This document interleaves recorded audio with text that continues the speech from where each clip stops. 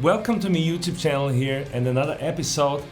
I know I've been missing in action for a little while, but there has been good reason for that. I just published my first guitar book and I'm super excited. Here it is, Total Guitar Transformation. This is basically the blueprint of what my students in my inner circle use to practice and to just make massive progress on the guitar. You can get this book now on Amazon. And today I want to talk a little bit about certain topics that are in the book and how to apply them over a backing track to just kind of do as you preach, basically. I want to show you how it's done. And if you stick around until the end, I'm also going to give you a little bit of a challenge. We're going to have a backing track challenge this month. So, you just use a backing track and then you post a video and you'll get some feedback on it. So that's pretty cool. Awesome, so let's get started. The track that you heard in the beginning here is this typical kind of southern rock vibe, right? I mean, we got like C mixolydian in theoretical terms, but what it really is for me is like more of a mood. Yeah? So let's look at the chords. That's pretty much the first thing you want to do with any musical piece. You want to really understand the harmonic foundation of it. So if you look at this backing track, then we are in the key of C. We got C major and then half bars to B flat major and F.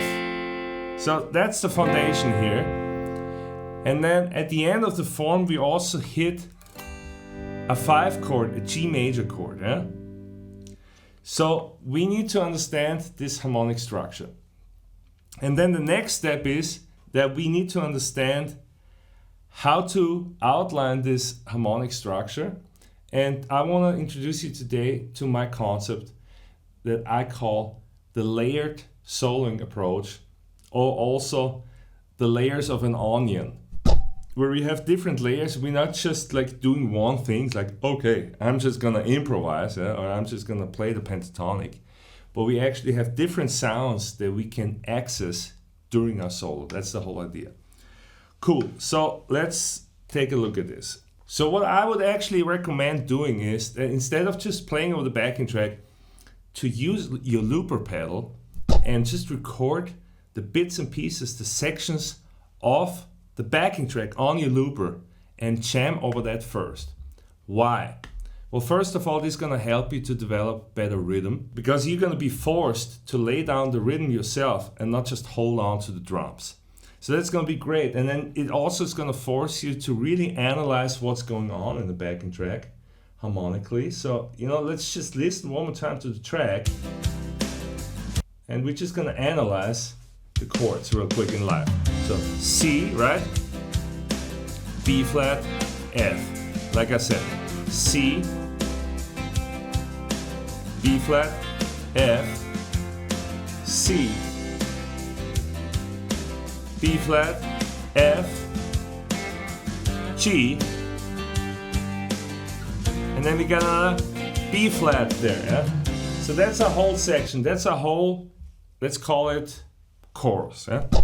So I'm just gonna lay this down here with just simple chords. I'm gonna keep the tempo about the same. 1, 2, 3, 4.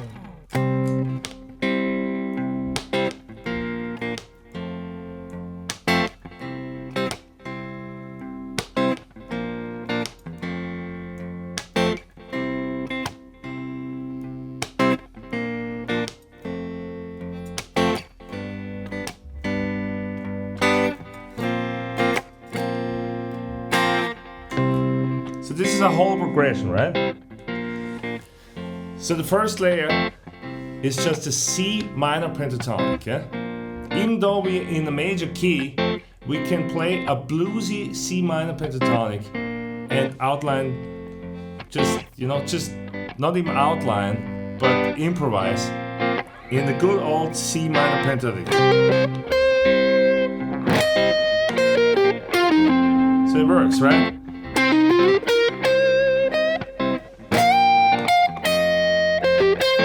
The important thing here is that we have good phrasing, yeah?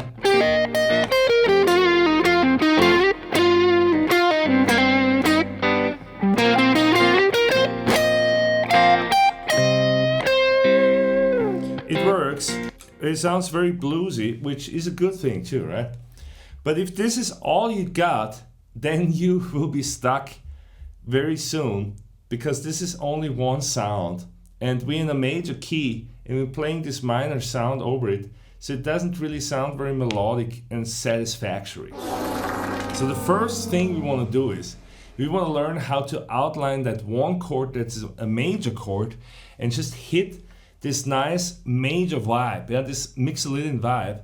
And I find that a lot of guitar players, they have problems with major keys because you have that minor pentatonic sound in your head. It just feels so happy, and you know, it's hard to deal with that. Yeah, it's like,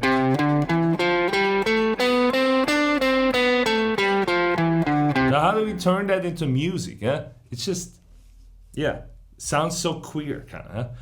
All right, so what I want to show you here is my Hendrix chordal style approach, where you, instead of just thinking about a scale, you play a chordal lick. Yeah, and it's this chordal lick here. If you watch some of my other videos, I talk about this over and over. So you know, I'll try to tag a video up there somewhere where I'll talk about that chordal style. But this is the lick that you want to learn. Yeah. This lick, because this lick has all the notes of the major pentatonic. In this case, it's C major. So it's also a great way to just outline that C major chord. Yeah. So we can just play that lick and see what happens. Let's do that. Yeah. Always with any kinds of theory or ideas, the best thing is if you just go and try it. That's what I suggest. Yeah? So let's go ahead. And the rest is minor pentatonic. You can also play it in different parts.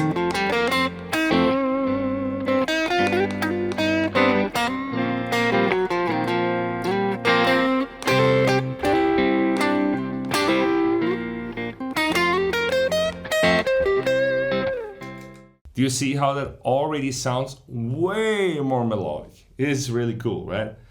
So we have a major now on the C, on the 1 chord. Now if you don't want to play double stops all the time, you know, you just want to play single note, just one note at a time, texture, then you can, of course, you can also just land on the major 3rd on the 1 chord. This is going to be my second approach that I want to introduce you here, and this is what I call the minor major resolution. Yes. So this is basically playing C minor and then landing on the major 3rd on the 1 chord. Yeah. Do you see how that works? So you just gotta time it where you land on the 1 chord just with that major 3rd. Let's do that for a second.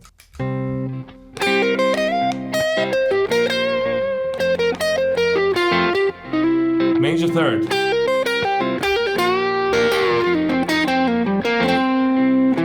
Major 3rd.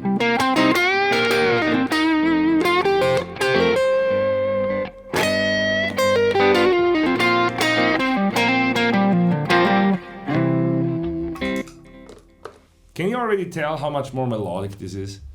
All right, 3rd approach, chasing thirds. Now we're gonna go all the way and we're gonna just look at all the chords and try to hit the major 3rd on all the chords when the chord comes. Yeah? Because what this is gonna do is this is gonna show us the melodic potential of a chord progression, really. Yeah?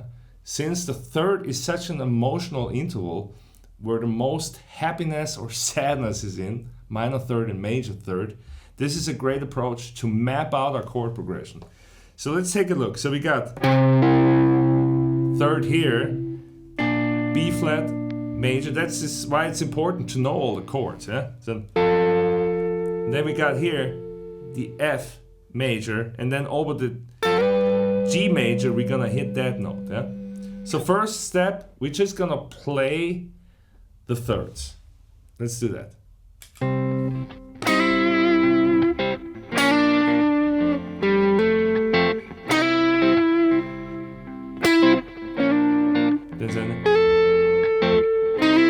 Doesn't sound very musical. Don't let that irritate yourself. We're just rendering right now, yeah? Now we want to connect them melodically.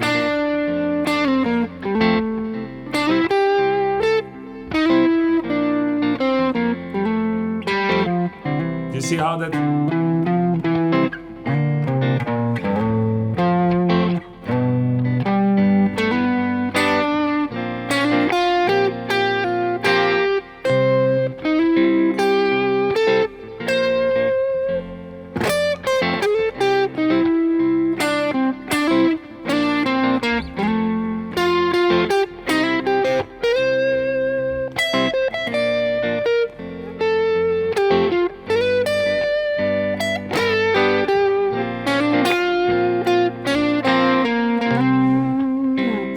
That's already great. I mean, if you play like this already, you already know how to outline the chord progression, which is our goal.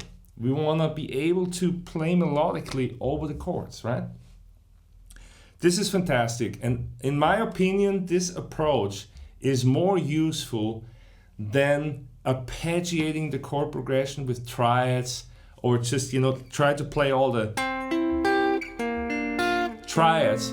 Of course, this is great if you do this for practice purpose, but this is not going to help you really to play more melodically. Yeah? Whereas the chasing thirds approach, that's going to give you instant results, and that's what we're after, isn't it? Cool. So last but not least, we need to look at the other section of the song where there's another chord being introduced to us. So let's take a listen and let's check it out. Yeah?